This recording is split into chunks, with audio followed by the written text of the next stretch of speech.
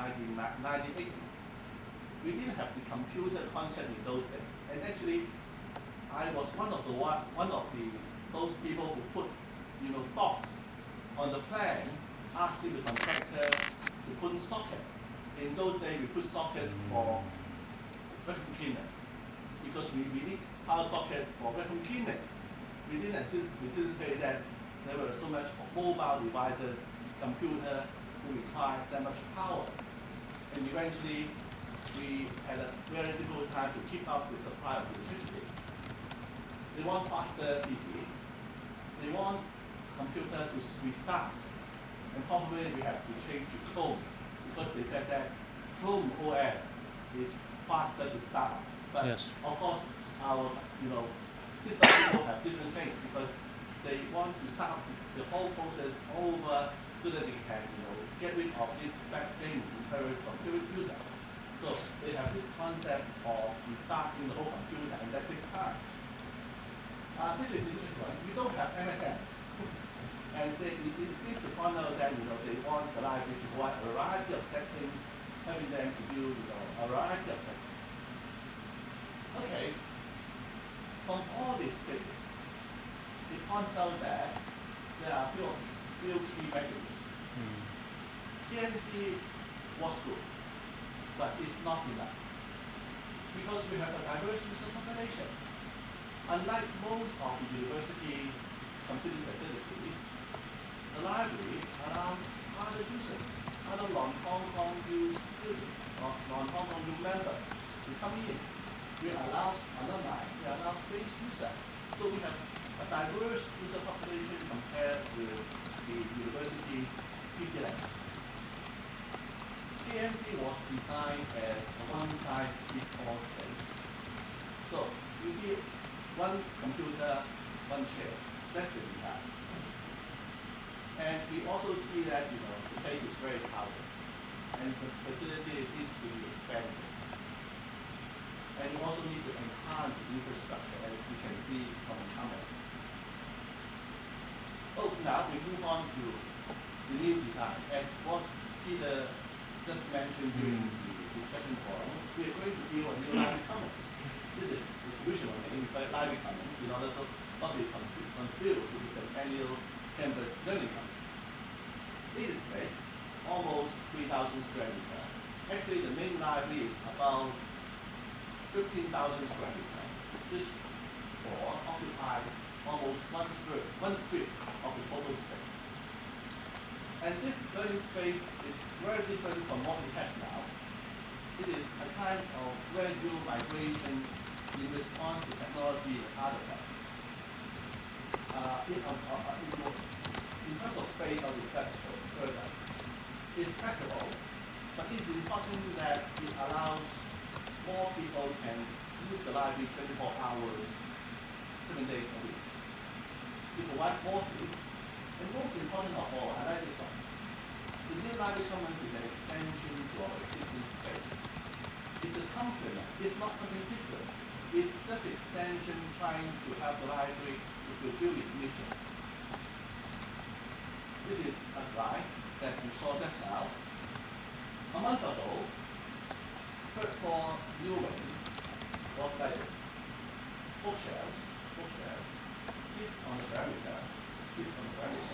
Actually, the main library, the other floors of the main library still have this kind of configuration.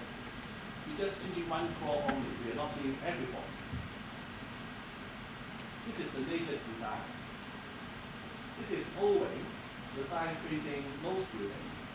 You see we call this a quiet zone. And you see there are all these study carrels which provide individual space. We will try to create ambience which is quiet and water reflective learning. But there is a tiny room here. This we call the deep silence zone. Nowadays, people have their own laptop. But for some user, typing the PC, typing the laptop, still create a lot of noise. And this room will be a no laptop area. So The main reason being there are a lot of people who are sensitive to noise, and we want to create an enclave to them so that they can focus and do their research. So even within a quiet area, we have a very quiet area. This is the kind of different spaces we want to create in the library. We can help to meet different needs. We understand one size fits all solution is no longer possible, and that's why we're trying to create different kinds of space. This area can open 24/7. Actually, the user can come in through ground floor, using the lift, go up to the third floor, and access to this area. Actually, other area will be called off after the library is closed, and this area will provide extra space for people who like to study in the library after normal opening hours. This is the kind of artist impression. I hope that in the future it will look like this. This is the collaborative area. In this area, there are 6 big tables, 19 rooms for people to use as discussion area. Actually, this is an extension of the KNC. Right now, at our KNC, we don't have any discussion space. But here, we provide, KNC facility, but at the same time, we provide space for them to discuss. This is actually one variation of the KNC area. This is a revitalization of KNC, but providing the group discussion atmosphere. 15 of the rooms, they can, each of this room, they are accommodate about 6 persons with whiteboard, with display panel, and other technology, Wi-Fi connected, and there are 2 rooms each on this side, where the partition can be removed and expanded into bigger rooms. These 2 rooms can be connected and be into bigger rooms. This is what we call the collaborative area, where people can talk, discuss, trying to share the work with the rooms on the perimeter. This is the new way after it has been reconfigured. This is another part of the KNC. The KNC will be gone, but we got another life in the old way, collaborative area, and this will be the area for individual assignments. So, actually, this is the counter, and there will be, toilets and other facilities. So this is the relaxation area we call. This is an area where they can, discuss, have a drink, and doing other things. Again, artist interaction. And there will be area which can be configured into, as what Peter said, for lectures, symposium, etc. Okay, this is the last one. The design is almost done. But most important of all to us is that we need to, provide the right technology to this area. To make this area user-friendly, we need to pipeline the software, and of course, the way how to deliver service. What should be the service on? What services should be provided? How long to fulfill the service hour? What should be the staffing requirements? For IT help, should we have people who can help people to do what they need to do? We need to think about signage, because it's a big area, 3,000 square meters. And people will get lost in such a big floor. We need to publicize. Publicize the service, publicize the usage, and also publicize how the user can make use of the place without affecting other people. At the same time, we have to deal with the long effect of a given first floor. Folks have been moved out to the ground floor. And we will be facing insufficient sitting space problem before the library commence also. And there will be a lot of noise generated in the construction period. I just want to point out one final thing, is that the Learning Commons, Critical Learning Commons is just one step in the library's attempt to modernize its facility, provide better learning space. Third floor is just the first step. We need to, after finishing the third floor argument, we need to gather feedback. And we need to expand this learning common facility to other parts of the main library. This is just the beginning. Stay tuned. Okay, we hope to reopen third floor Newman by end of October 2011. So this will be a brand new facility, and by that time, we hope that everything will be ready. Thank you very much.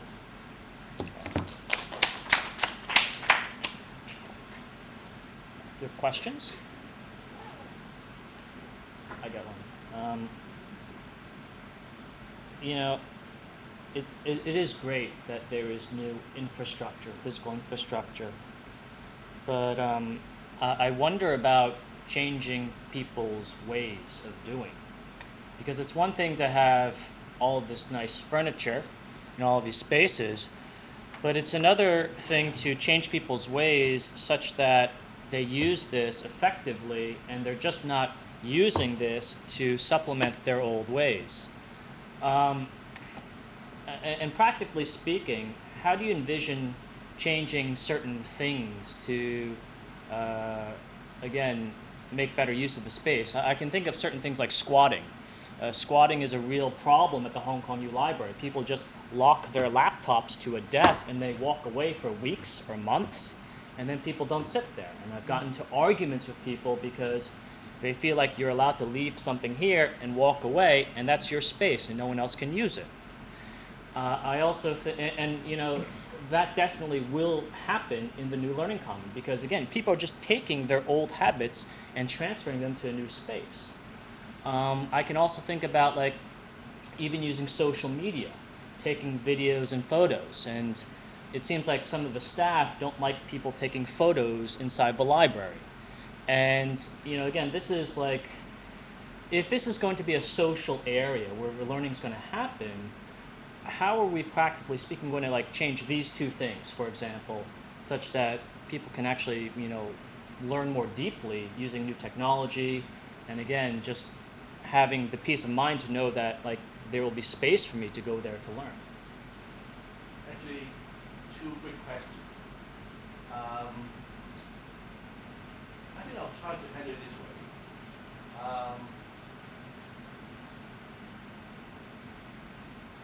The first thing is that it depends how we manage the whole place. Of course, the environment can change people. But from a different perspective, if we can have a system that communicates clearly with our users that, it's not right to keep seats this way. And we have active measure to tell users that, once they do that, that's wrong. There are some consequences associated with this sort of behavior. During this examination period, we start deploying our own staff to have some control measures on this squatting behavior. And it improved a lot. My colleague told me that in the old days, last year, really that, all seats were occupied before 10:30. Yes. And this year, people knew that we are going to take action. And they just certainly behave better. And then people can come for seats, even in the afternoon. And another thing we introduced this year was that we have a designated reserved sitting area where people can go online to reserve a seat. And again, if things like that can be effectively implemented, we can tell our students that, don't worry, we have enough seats. There's no need for you, to do in the old way. Yes, to squat. Yeah, I think that's one thing that we need to tell. But I must admit that, changing users' behavior takes time. Yes. And because they thought that's how they do things before. But I'm so happy to tell you that things are changing, and we want to change it in the right way. That's the kind of things that we are trying to do. For the second question, it is right, there is actually a kind of limitation as to the taking of photograph in the library. But it doesn't mean that we can't take photos in the library. Just tell our colleagues, then we'll say yes, but don't take pictures without telling who the one that you are trying to take, because the students thought you are official photographer representing the university, and I think we need to ask before taking photographs. I think that's the right message from my point of view. Can I bring up a specific example in my experience? I wasn't taking photographs of people. I was just taking a photograph of a sign, because I thought it was a specific and important change to the library, the way the library is doing things. And someone who was like pushing a cart with books saw me take this photo and said I could not take the photo. In fact, this person wanted me to delete the photo. Wow. And so this is like, I mean, it's not just the students who have to change behaviors, but the entire staff of this. Again, if we're going to have a new learning space and we're going to utilize this, and people are going to stream things, video, and take photos in this learning commons, right, there's going to be change. It's going to be slow, but like definitely we have to be aware of the staff too, changing their ways too. Again, I don't know. I just thought it curious. You're absolutely right. But for staff, actually we spend a lot of time doing staff development over the past few years. And sometimes for staff who have been working here for like 20 years, 30 years, where they were so used to the old way, where people sit in their own place, study, in a very concentrated manner. It takes time for them to adjust. But things are getting to change. Yes, and I do believe that things are changing in the right way. Yes, agreed. Thank you.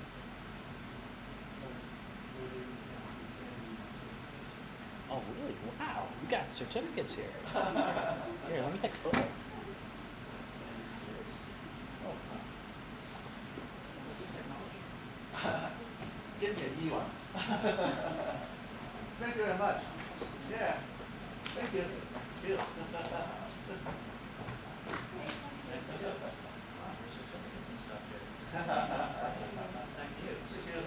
Thank you.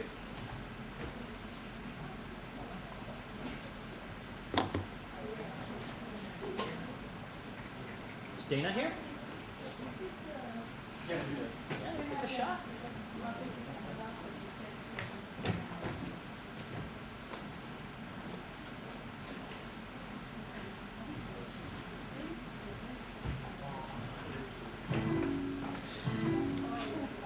We're live.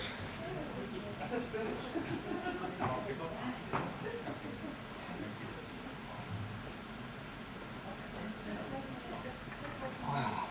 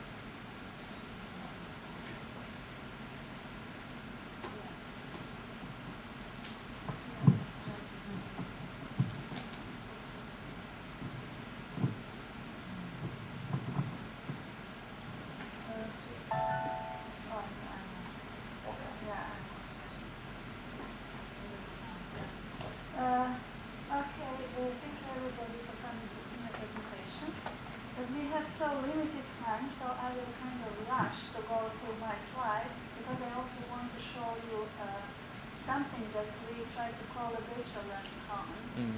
So the title of my presentation is Virtual Learning Commons in school libraries, because I worked for about 8 years in school libraries, and I was thinking how to develop virtual play space in school libraries. One of the pioneers of virtual learning commons in schools, David Lorcher, described virtual learning commons like both a giant ongoing conversation and a warehouse of digital materials available 24 hours, 7 days a week around the year. So we have, on one hand, we have resources, and on the other hand, we conversation, and this conversation is just learning and everything about the learning communication among the members of the virtual people who are actually joining to this community, the whole school. What are the major features? So, as I mentioned, it's a learning space, it's learning-oriented and learner-centered. So, it includes all kinds of resources, teaching materials, instruction, and it helps learner to actually become independent learners. So, we go from teacher-centered teaching to learner-centered teaching. I'm talking about the learning commons, virtual learning commons in a school community. So the whole school is school-wide. So all the members of the community are involved, from teachers, students, principals, senior leadership team, parents. So the idea is that this is a community of all stakeholders in a school. It should be flexible in access. That means it could be accessible 24 hours a day, 7 days a week, and also users could access it on their desktops, portable devices, any tools they actually have and they are using. It should be collaborative space where students, teachers, parents, everybody collaborates, and it's community building through synchronous and asynchronous communication. So the whole idea is that this is the whole school community meeting virtually in virtual learning commons. What are components? How do we divide this space? We have a space for resources, we have space for teaching and learning, space for communication and collaboration, and it could be also school's instructional archive. So that means all the lessons, all the handouts, activities, everything what the teachers do, they should keep it somewhere all together in a repository so they can use it.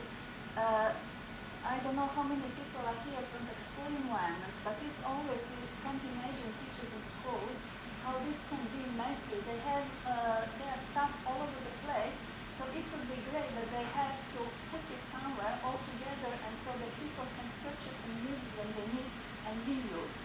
So this is all applying actually to school because it's completely different situation in a school library and in a school and university library.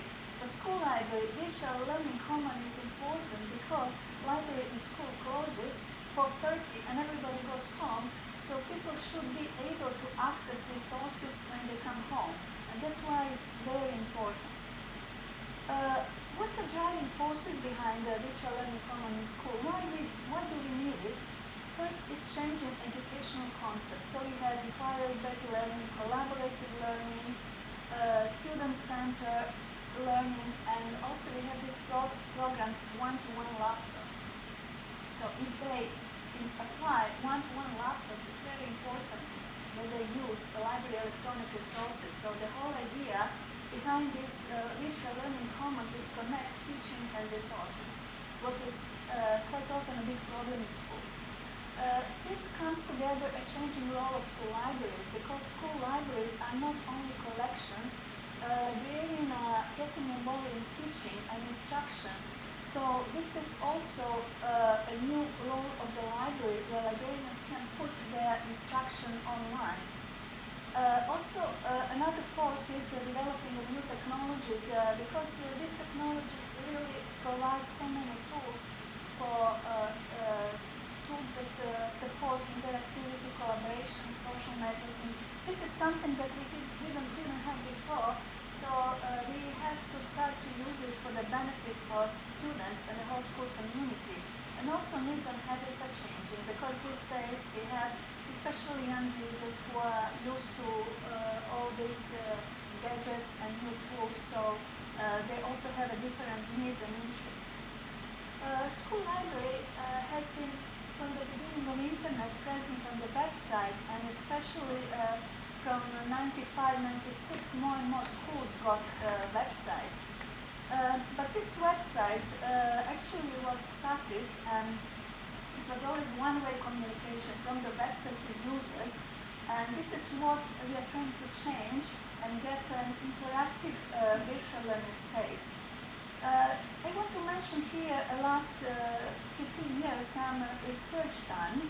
Actually, these both ladies, they are librarians, and they did some the Anne Clyde, she did longitudinal content analysis of school library websites, and Joyce Valenza, she's school librarian, content analysis of 10 library websites. Why are this research important? Because we can see how school library websites are going through this evolution and transition from static one-way communicating website to interactive virtual learning commons. The first website, what was the big change from 96-99? They had links to online databases, to internet links, and to school OPAC. But 2002 was a big change because OPAC was moved on the internet, so we had internet-based OPAC, and also other resources could be accessed from a distance. So this is a major change that happened in 2002. With this optional remote access, actually school libraries are becoming gateways for knowledge for the whole school. I want to mention this study by Joyce Valenza. It's interesting because she used the web panel to select 10 representative school websites and also to develop taxonomies. And she developed taxonomies that become analytical tool for evaluating websites these days. I just want to show shortly. So this is how she decided.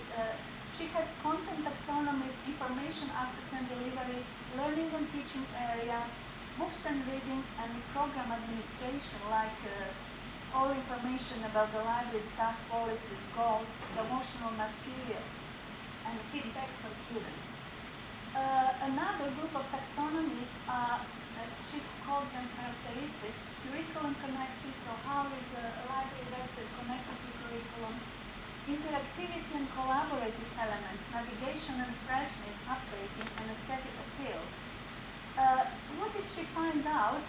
She published this, that was her PhD actually, she published this somewhere 2007 in different blogs in Wiki, and she found out actually that there was absence of instructional focus in school libraries. And this was also a problem in administration. For instance, librarians didn't use these tools that are available these days for getting feedback from users, like phone surveys. So this was the problem. And regarding characteristics, she noticed that there is a connectiveness to curriculum, that they started to develop these collaborative and interactive elements, but they use mostly blogs, most of the libraries.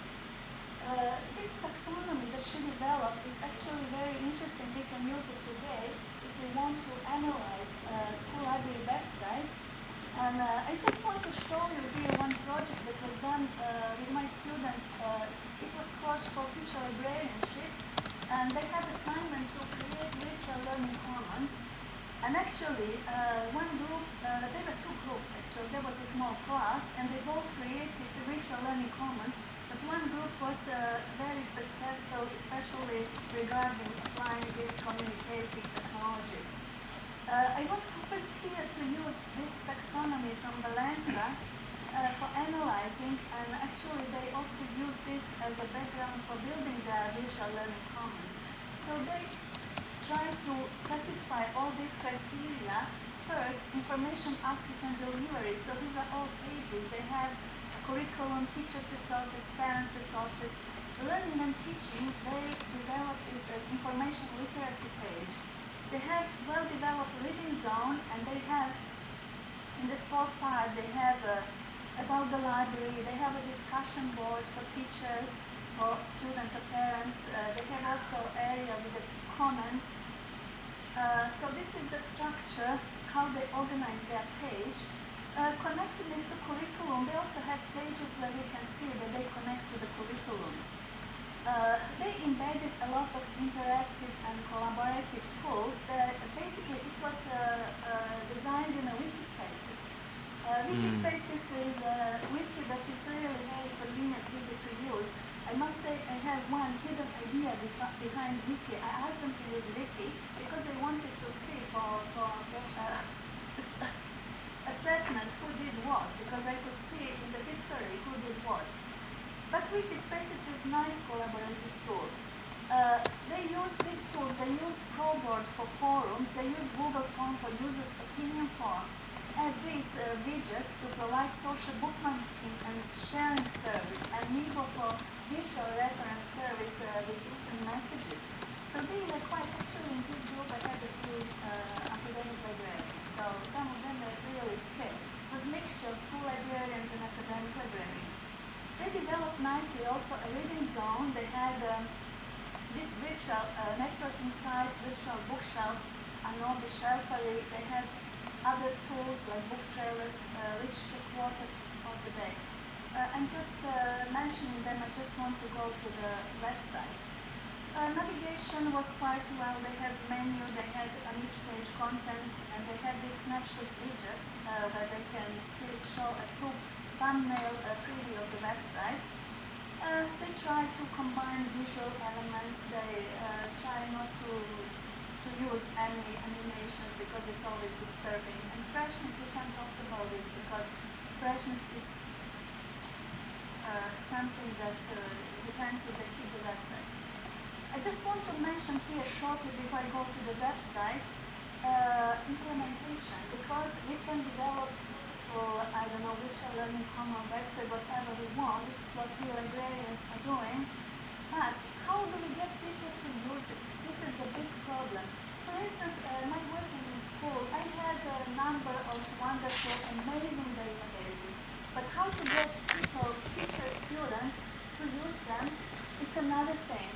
So I thought about some implementation strategies that we can use to manage change, because you know people usually don't like change, so that's why we call it change management. First, it's very important support from the principal for every school librarian. If you don't have support from the principal, you can't do anything. So this is important, and also shared mission. It should support and it should share the mission of the school. Shared sense of purpose and ownership. So this is why the idea is that everybody, the whole school, participates in developing these commons, because what David Lorcher nicely said, it is not if we build it, they will come. It is if they build it, they will use it. So this is why it's important to involve everybody, because people have to feel that they are a part of this. Training and development, this is something that's important. Evaluation and dissemination of good practices. So if some people really use it successfully, it's important to inform everybody about this. Managing expectation, not to promise too much, because people may be disappointed, and measuring effectiveness, so to see how it's effective. This is users' feedback. I would just quickly now, I think I had it actually, I had it open somewhere. You have to know, they call it, Popperian College, Virtual Learning Commons. Actually, one student, he was a teacher librarian in this college, so they decided to call it this. They did it in I don't know how many weeks, because the whole course is 8 sessions, so it's about 2 months. So they didn't have much time to do it, but they still managed to do a lot of things. So here is the structure. Here is, so these are snapshots. So they put everywhere snapshot, and this is the starting. So they have latest news, opening hours. I want to show you the use of these widgets. They created a discussion discussion board. So this is meant for teachers. You can see topics so people can discuss and participate in discussions. Comments, they had comments from the users, so they used another tool for the comments. What is nice is reading zone. In reading zone, they had actually a lot of stuff here. So here is the main menu, and they have a table of contents on the right side always. So you see how much stuff they managed to put here in such a short time. Ebooks on the red. So I'm just looking for this. It can't open. This is it can't open. Yeah, this one is a virtual shelf. Visit my shelf Anobi. It can't open. I will just try to go to Shelfery. That is another virtual space. Shelfery. Okay. Review your book log. Oh my gosh, where I can't. Oh, it's here, Shelfery. Yeah. This is actually something, this is what teachers in my secondary school, when I worked in school, they were using. Actually, the English teacher came and asked me to suggest him something, and then I suggested Shelfery, and they started to use it, and it spread so quickly in all year 8s he was teaching. So this is a software where children can, it's similar like you have on Facebook. They can put what they read, okay, so they can put, I'm finishing. They can share, they can see what other people are reading. I just want to show you one page. This is what is instructional. Oh, just let me go quickly 1 minute to curriculum page. So this is linked to the curriculum where they put all kinds of resources and only information literacy. This is instructional part that was always neglected in school libraries. So they have all kinds of resources and searching, instructional tools. So this is, you can see on the table of contents. We put a lot of stuff here. This is something that is, of course, in development, and if it's somebody really decides to do it in school, it would be a long process. So it would be maybe better organized, more stuff could be on it. But this is something that it's just a model done to students. So whether librarians are going to do something similar or not, it's up to them.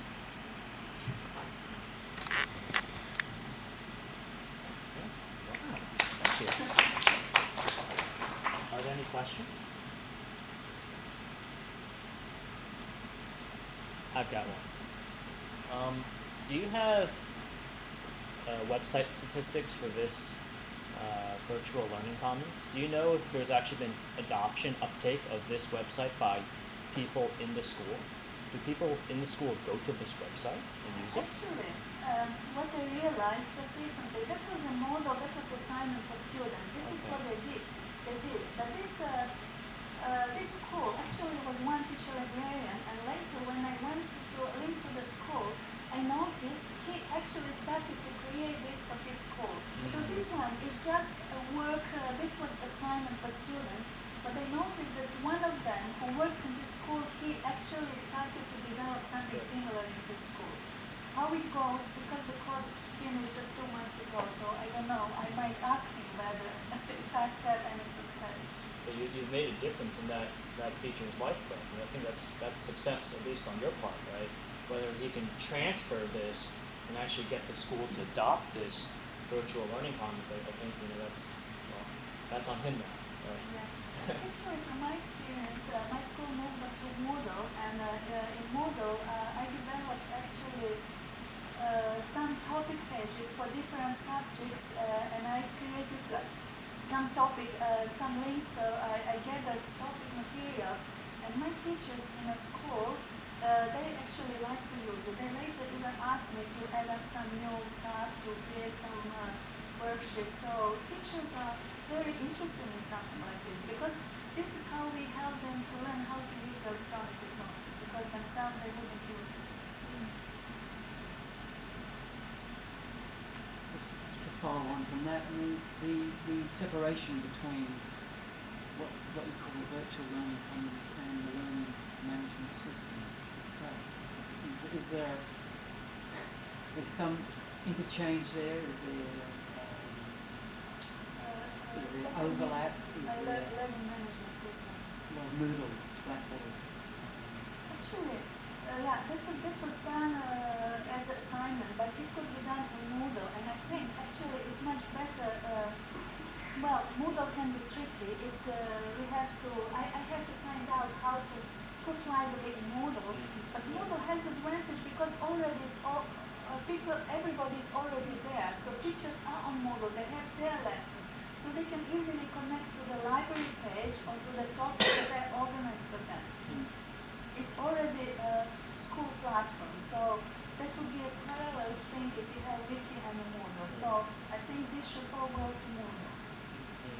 I agree, and I think this is a trade-off because on the one hand, you could use Moodle and people will go to Moodle because they go to Moodle for other things.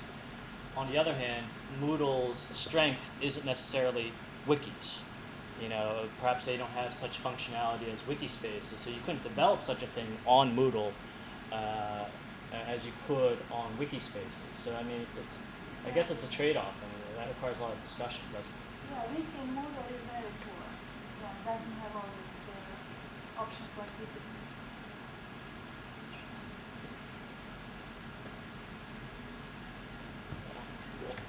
Certificate. Yeah. Oh. This is so exciting.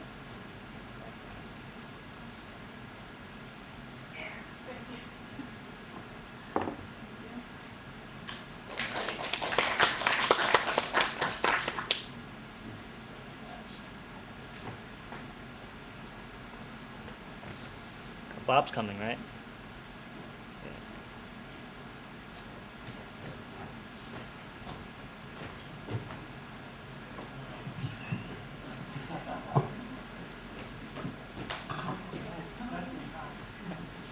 Musical chairs. Do we have our? Can you give them the thumb drive? Oh, yes. Yeah.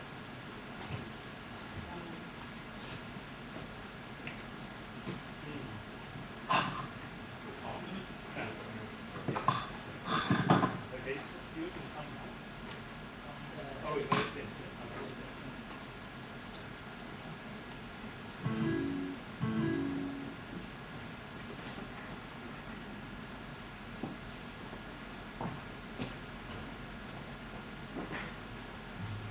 All right.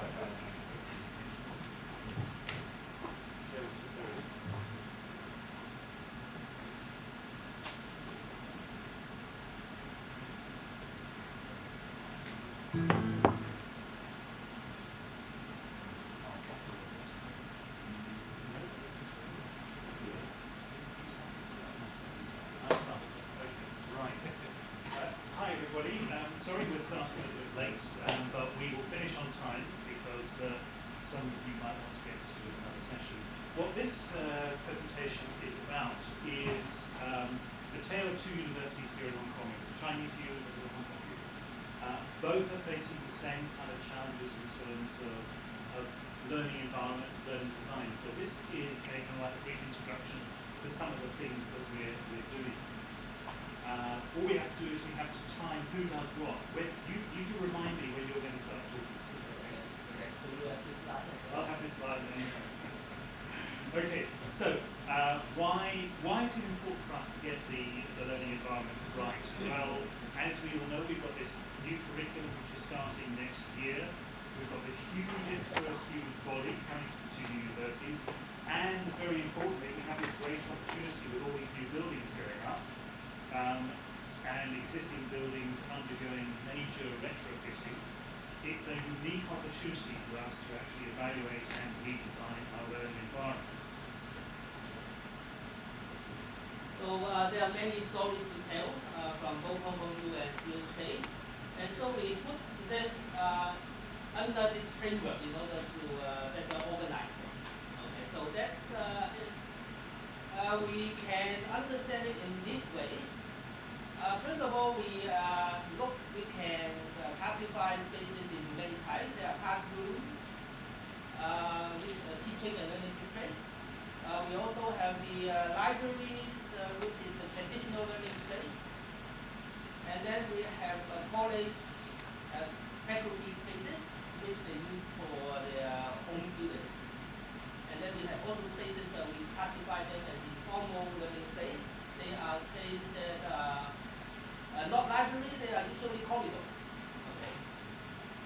Empty spaces here and there. And lastly, we think virtual space is also getting more and more important nowadays. See, as students learn, they meet each other virtually. And then another way to understand it is that we have a number of approaches to help us better plan these spaces. We broadly classify them into three main approaches. One is we use expert opinions. So expert opinions means some people who know how to design, who know how students learn. They set down a number of principles, etc. Okay. The second approach is teacher-driven. So is in order to further improve these spaces, we ask teachers, we ask faculty members, we ask those people, the top people. Okay. Lastly, of course, we also listen to students, the user approach. So how do you like this space? Okay. And the stories we are going to tell, quite a lot. So we have, you see I'm taking off speed. Okay. So quite a lot of stories, and they fall into these different areas. So I won't go into detail here. There are, I think we are going to go through 5 to 6, some in Hong Kong U, some in CHK. And I should, at this point, tell you that even though I put them into these boxes, it is only to say that they are, and it's not to say they only employ this approach. Maybe they use it as the key approach. Very often, instead, they use a number of approaches.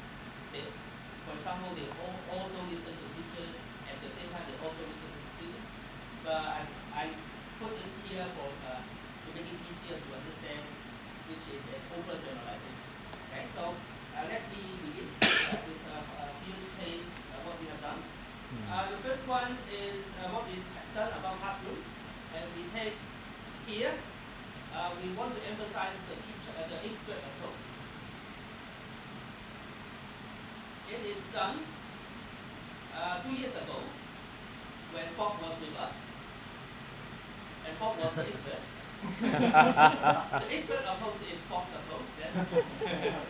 So Bob did a sort of specification document about what our future classroom should be, okay, which include many ideas like flexibility of the furniture, stackable chairs, 2 projectors, 2 screens, etc. Okay, and we have put it into a document and then and it authorized by the top decision board, and then we have it sent to all department and the building guys, so that our new classroom should be following these instructions, these kind of suggestions.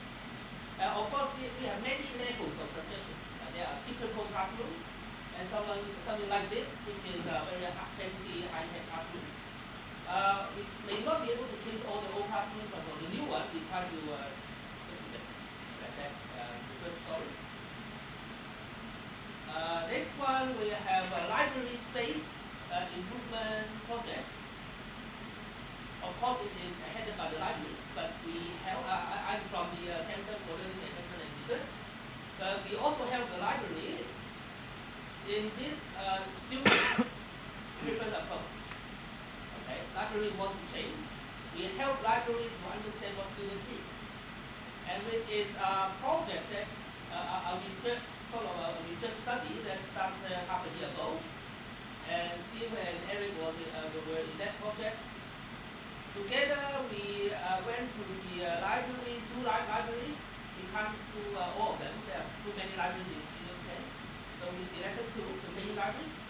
And we have stayed there for 2 weeks, doing all the head counts, doing all the observations. We also interviewed, we have over 10,000 head counts today.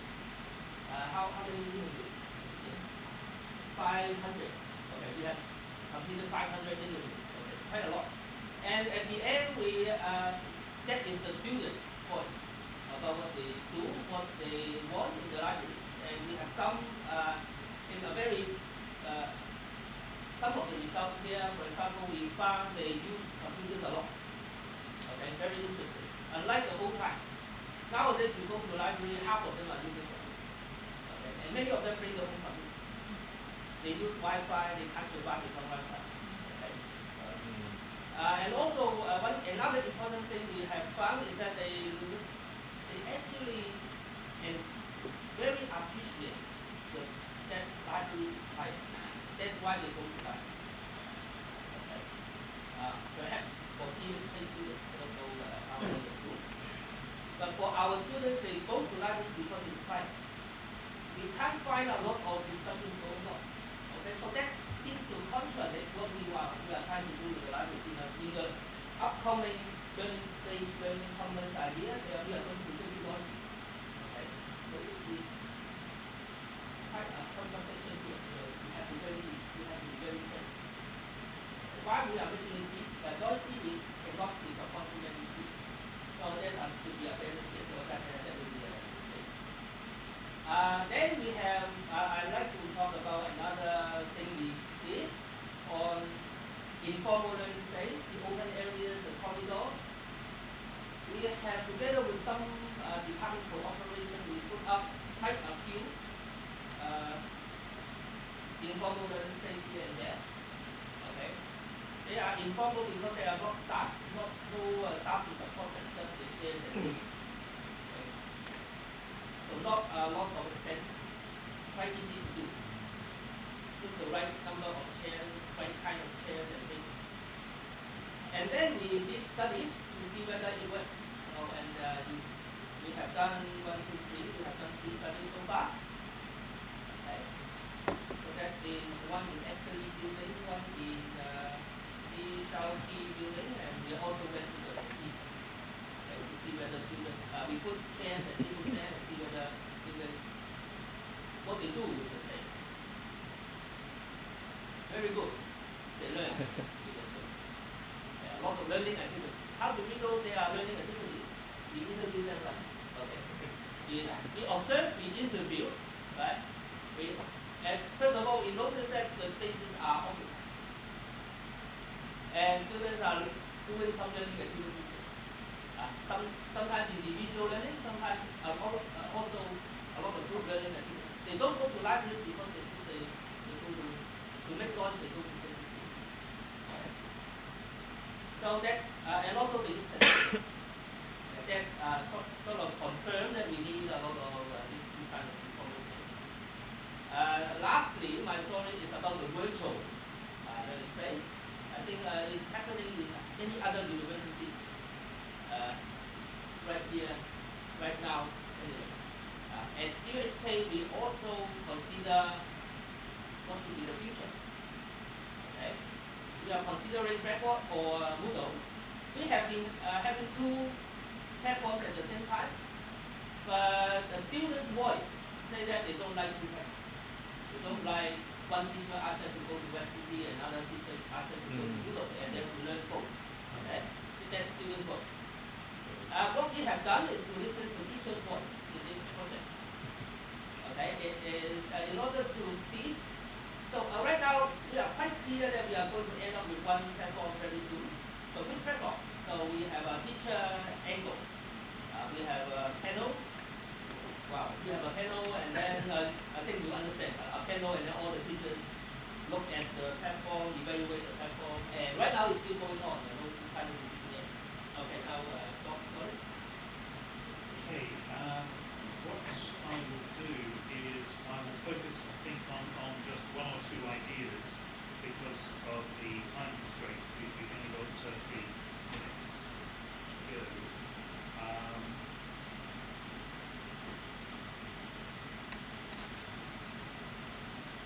The key consideration that's kind of obvious, but something that I think cannot be underestimated, is when you're designing learning spaces, they should be designed flexibly, so that you can move tables and chairs, you can even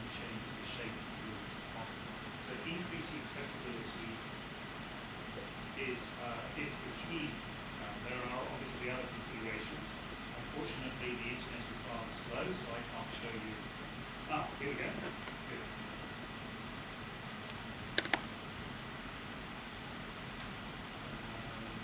Frequency spaces. I'm going to just focus, these are just some of the, there's been a lot of recent studies on retrofitting learning spaces in universities, and we've honed in on those. This one in particular, in designing space, so flexibility was the top of our list. Future-proofing, in other words, designing spaces that can be easily adapted for future needs, bold, creative, supportive, enterprising, and the other thing that we've added there is sustainable, that we need to actually create sustainable rooms. This is a supremely good example of a non-sustainable room.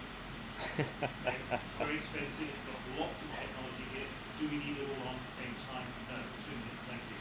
The problem with this room is you can't move the tables. Having 3 levels is really nice. I teach a lot in this room, and I really like teaching in the room, but it's only good for certain kinds of things. It doesn't have the flexibility. The stairs mean that anyone who's physically challenged can only sit down here. The preferred seating is actually up there. So this is this space. But the one thing that I really like about it, when I teach in this room, I don't teach from this desk. So students are in this desk. I use that console over there, which means that I, as the teacher, have no desk. And that's great, because that reduces my teacher talking time. There's a lot more pressure on me. And so I really enjoy that kind of space. So this is some of the things that the Faculty of Education is doing. We're actually increasing the amount of space that we're being given within our faculty by 3,000 square meters. That's a lot of space. 3,000 square meters is a lot of space. We'll be taking over something which is called the wire complex, and we're going to have virtually all the floors. Here's one of the teaching floors. Where you see the dotted lines is where we're planning to put in removable walls. Okay?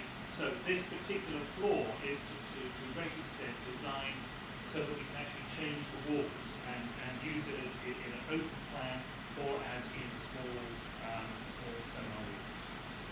We're bringing together different individuals that be part of a division and a cognate group, and we're going to house them not only their offices but their other rooms all on the same floor. Our educational library we're intending to shift from our existing building into the top floor of the Mingwa complex, which is a really nice floor, which has got glass walls. We're going to put in glass walls down the side, which will lead into a garden space, and will also make this in a kind of like a multi-purpose fit space. So my 2 minutes are up.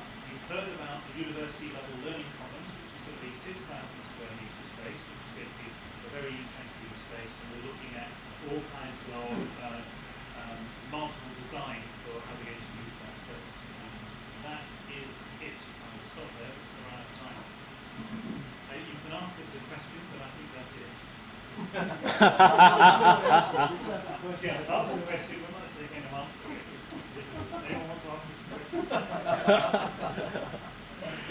Great, sorry, we ran out of time there. But yes, I think, as summary, it's a really exciting time for us in education, particularly in higher education institutions. It doesn't mean that we've actually got the money to do everything we want. In fact, we've got a huge shortfall of money, but we're still going to go ahead and do it, and then find the money later.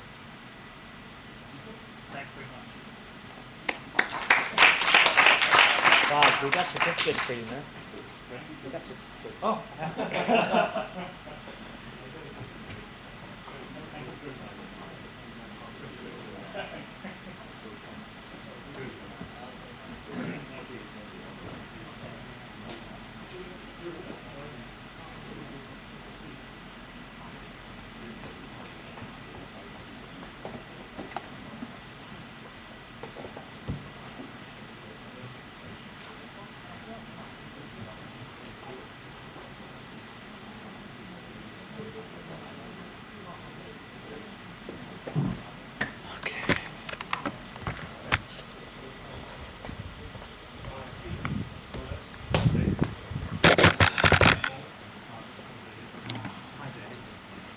Sorry, I can't remain with you. Yeah, it's okay, no worries, man.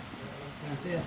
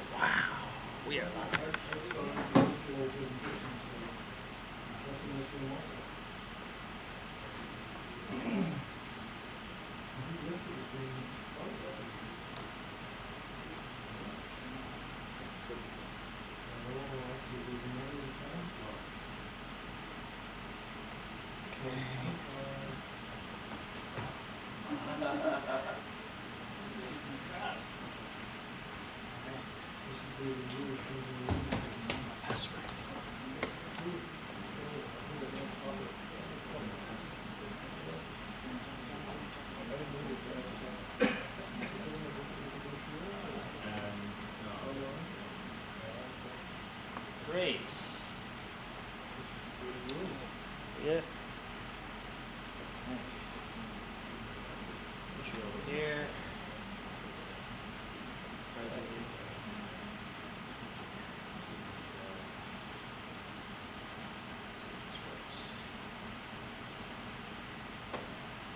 Thanks, guys, for staying. This is actually, how would I describe this? This is a story about trying to change a learning space. So we have a learning space here. What happens when someone tries to move the furniture around? What's involved in moving the furniture around? And in fact, I tried this. I tried this out in my common room. So I'm a PhD student at the University of Hong Kong in the Faculty of Education, and we have a common room that's shared by people who notionally belong to the Faculty of Education, whether they're staff or students. Okay, but as we find out, maybe there are actually more people using the common room. So as soon as we start changing things, we start noticing things. All right, so let me get to my research questions first. Can you guys, this is difficult to see, right? Okay, good. We're finally looking at the other screens. This is good.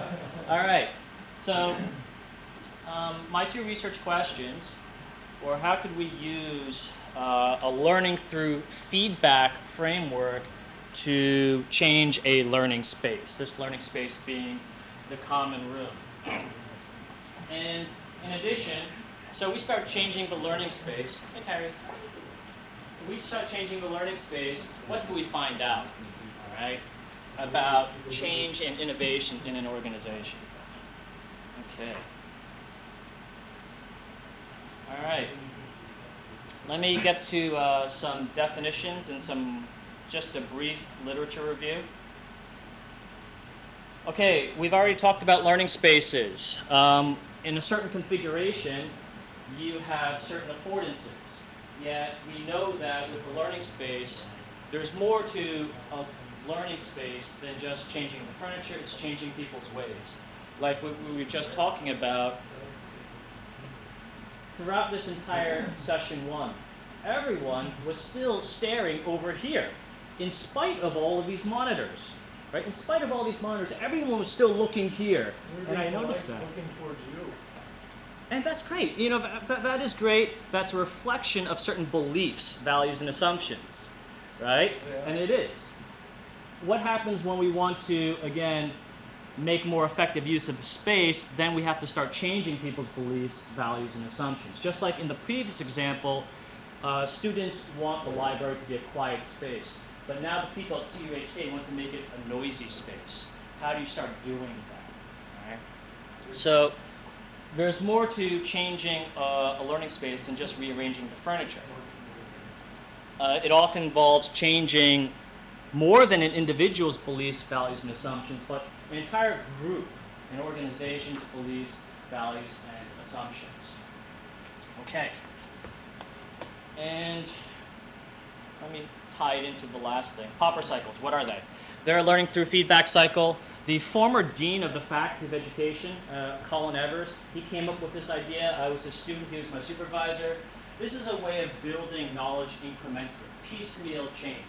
It's better than randomly trying to think of a solution. We can do several things. First, we think of a problem, right? There are a set of constraints. We can do this, we can't do that. 2, tentative theory. Think about a possible solution, all right? Now that we have these constraints, what can we do? And then you compare the solution with the problem, and you find out what has been solved, what has not been solved. All right? That's error correction.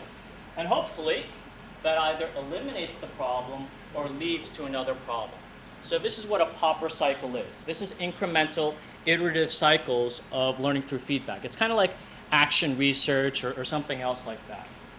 So now I'm going to apply it to a learning space. How does this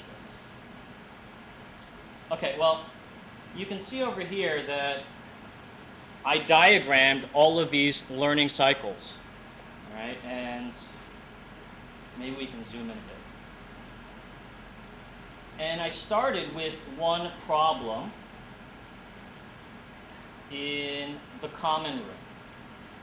How do I make the sofa section more conducive for studying in group discussion? And then it led to a tentative theory, it led to error elimination, then it started leading to other problems. All right?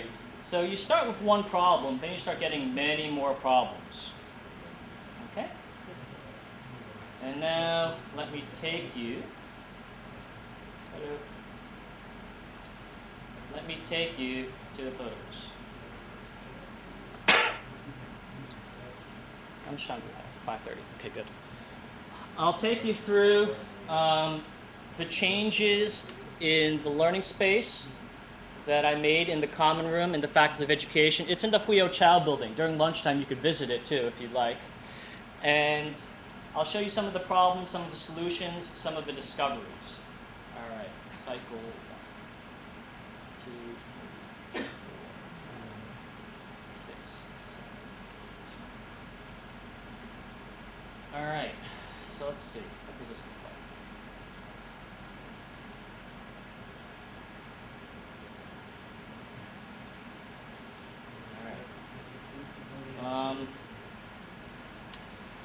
This is actually what I started to do. Originally, well, let me see if there's a photo. Where is it? What did the thing look like? Okay. Originally, the seats were shaped in this kind of campfire. Excuse me? Campfire. Campfire. Yeah, campfire. I liken it to a fortress. Okay. All right, it's like a giant block, a square. Yeah. All right, and I was like, well, the thing about this is I noticed that when one group sits there, more people see people sitting there and they don't sit there. All right, so it's just like one big seating area. It's kind of like if we were just sitting in a large circle, just had a row of a circle of chairs, and like one group just sits there, would other groups just sit there too? It's kind of like.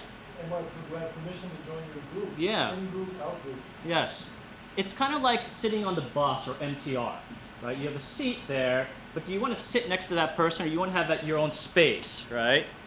So I changed it so there was a bit more intimacy in the space. In addition, if you look over here, there were 2 tables that were put together, and they were really, really large tables. Like it was twice the size of this table. Now the problem with having 2 tables like this is that in the center there's a lot of unused space. Like people kind of sit only in certain places in the periphery of the table, but there's just a lot of space here, right? That's not being used. It's a waste of space. So I was like, okay, let's separate the tables and create more usable surface area.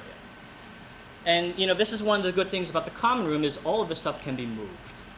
All right? So I start moving things. And this happened during Chinese New Year when no one was around. I started moving things. All right? And what I noticed was, well, I would move things. The next day, they would still be the same way, Things were going well, all right? And I'll just show you a few other things. David, how come the cleaning crew didn't move them back? Okay, I'm going to get to that. Okay. All right, it happened in day 5. All right? So, yeah. So things started to change. Because they know best. Yes. It's their job to know best how to arrange the furniture. All right? And I started changing things even more, creating more alcoves. All right? So you see, now you have like 4 different enclosed, more inclusive physical spaces. I moved the tables. I put them near the electrical sockets because I assumed that people would use their laptops and need a place to plug them in. So I separated the tables, moved one to a different side of the room, and we can see that people were actually using these spaces. People were leaving their newspapers and stuff there.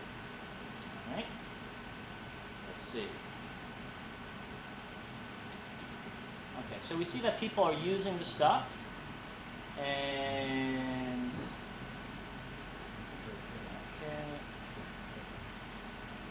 okay, here we go. And then towards the end of the Lunar New Year, I noticed that people were changing things now.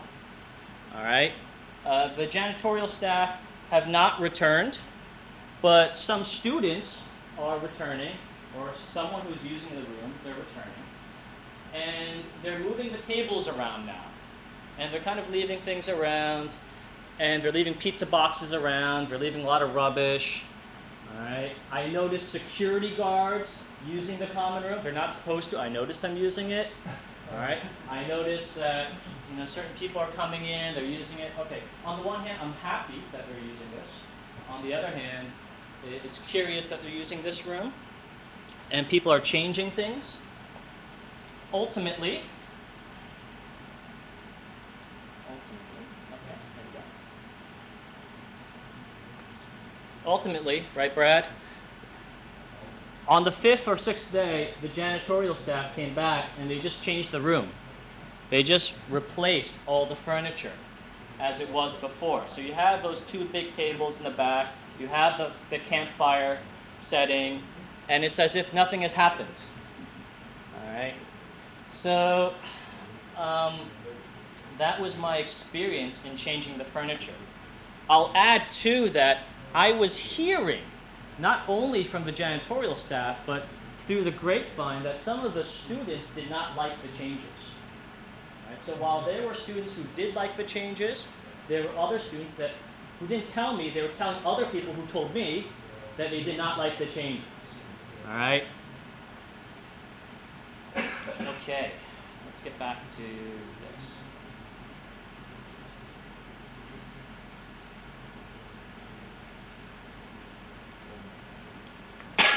Some of the things I found out. 1, when we start doing this iterative learning through feedback framework, we can have multiple problems. One problem can be subdivided into many other smaller problems that need fixing, from the placement of the garbage cans, to the placement of the newspaper rack, to the placement of the tables, to the placement of the chairs. All of this is under the main problem of how do we make this space more conducive to learning, all right? The thing about a common room is that what you do affects other people. Your theory about improving the room affects what other people think. Your tentative theory could be someone's problem, all right? And we could see that through the janitors changing the furniture, other students changing the furniture. I was changing the furniture in one way. But then students see that and say, this is a problem. I'm going to change the furniture in this way. Then a janitor sees this and says, this is a problem. I'm going to change it back. So we see that there are major error correction externalities. What you do in a common room is actually a lot different than what you do in the classroom. Because in a classroom, generally, there's just a teacher. And a teacher can change his or her practice. And just affects the students, right? But when you're a user of a common room, what you do affects all the other users. And they may have problems with that, all right? Again, we found out that there are new users and unexpected gatekeepers. The janitor is a gatekeeper. The administrative staff, they are gatekeepers. They literally hold the keys to the common room. So we can see that to facilitate change entails not just bringing together like academics, the staff, but also the security guards, also the janitors, the secretaries, because all of these people, in fact, have significant influence on what goes on in the room. I mean, in fact, the secretaries will let you into the room or not let you into the room. They'll let you close the door or not let you close the door. All right? So we see that there are conflicting values and beliefs. Some conclusions from this adventure, this odyssey. 1, it's tough in a common room. See, what differentiates changing a common room from like changing a school is that in changing a school, generally, the users, the stakeholders are defined. But in a common room, like at Hong Kong U, where I noticed there were people who do not belong to the faculty using the room, which is in itself a problem, it's hard to identify who all the users are of a common room. It's easier to identify all the stakeholders in a school than it is to identify the users of the Hui Chao common room. 2, this goes back to the error correction externalities. What is a small shift for one person, like just moving the newspaper rack to another place so it's more convenient for people to access, can be traumatizing to someone else. Again, what you do, one person's tentative theory to solve something, can be someone else's like, you're taking my world away now. I got to put this newspaper rack back. All right? And if we can just kind of scale up these conclusions, what does it mean for the faculty of education if a lot of us cannot handle the moving of a newspaper rack? Now, how much more difficult may it be to change an organization, introduce something even bigger if an organization is struggling to build consensus of beliefs, values, and assumptions on how a sofa should be arranged? I mean, this is, again, we may think that this is a small thing, but for many, it's a really big thing. How much bigger would, like, a curriculum change? Or even moving the university, moving the faculty of education to a new building, how great is that challenge compared to just moving one room, moving things around in one room? So those were some conclusions that I got from this experience. Finally, there's an epilogue. Curiously, what happened was after Chinese New Year, the janitor moved things back. What I did was, like, I would just move one chair out of place, just like out of place, just move it. And then I would tell the janitor, don't move the chair, it's okay. And then the next day, the chair would be placed back here. So this kept going on towards the end of February. Then I just stopped. I was like, okay, well, it's too difficult to introduce change in this way. But what happened was, ultimately, things started to change. We ended up breaking apart the campfire into 2 different campfire things. And we were also able to break apart the 2 tables so that we could use the surface area. I don't know why this happened. What was it, again, what were the conditions such that this time, I think in June or May, we were able to actually introduce some kind of lasting change? And in addition, if you look over here, there's this plant. Someone just put a plant there. And I was like, wow, that's great. Someone just put a plant there. It's like being in the jungle. And I was like, wow, this is good. I think this is very, very encouraging. You know, after this experiment in February, we can see in June that there have been improvements, at least in my perspective, to this content. Thanks. That's it. Do you guys have any questions? When you break up a table, what can you think is like increasing the coastline? Like the Yeah, you said you're separating the table. Increasing the coastline. Yes. Available. One way to think of it. Yes. And, you know, I had that in mind. And the difficult thing is like when people put the tables back together, it's like, what did you have in mind? You know, and that's the curious thing. That's the hard thing about organizational learning. Just being able to say something like, what did you have in mind? I mean, maybe you had nothing in mind. Maybe the janitor, again. Keeper of the faith. It should go back to the way it was. Change is threatening. Yeah. I think one place you can take a study like this is what are the cultural bias that increases resistance to change, or age? Does age play a role? Young people change things, they're comfortable with it. Old people on the back, the way it should be. Always has been, and never will be. Yes, and even the role, I think, matters a lot. Because even when we have a mental model of a janitor or a secretary, we don't think they're change agents. They just kind of keep the course. And maybe even the things that we do, we marginalize them such that we don't empower them to say, if you notice a problem, report it. Let's take care of this. You know, can we innovate as secretaries, even as administrators? So, again, age, you know, culture, role. I mean, they play a lot in just trying to do these things successfully. Even the small things like changing a table. Yes. I'm curious who put the plant in. Any idea? You never knew. No Was one it the ever. foreman? There was just a plant there. It was like, wow, there's just this large plant that was put there. You know, from my experience as a manager of fitness, someone who dared to put a party actually sent something up above. Yes, because a plant means transportation. Means you have to find the plant in the estate office. The plant is not something you sell. It's something that you get from the university. So it's something there. It's something behind, which is some kind of overruling all other parties. So this represents power. Yes. Could this be like a divine intervention then? Just Right. This plant being put here, and again, it's like, I haven't heard complaints about the plant. I think it's nice. It's like being in the jungle. So if you watch the video, it just appears. No Yeah. one brings it, it just happens. Yeah.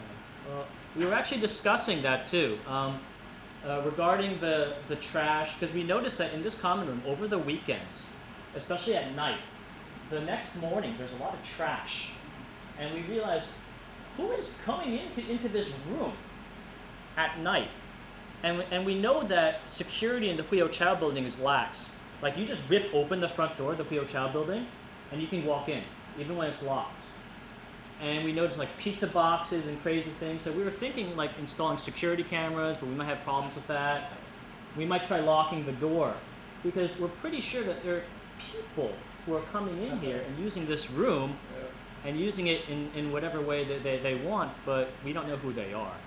You know, that's something that a finding from trying to change this comment. I donated a couch once to my student ready room 10 years ago. I had it in my office. When I moved my office out, I just slid the couch down the hallway, put it in the student room, and at first people were shocked, and then people were upset, and some faculty complaining that it shouldn't be here. The couch shouldn't be here. Yeah. It's not authorized to be here. Yes, I mean that's the craziest thing. It's like it's just a couch. Yeah. What's up? But again, you know, this small change can be just like a tremor, a major earthquake in people's lives. And how do we mediate that? Cool, thank you. Makes sense. All right, it's lunchtime. Thanks. Thanks. Thank you guys for attending. Have a good lunch. See you at the keynote.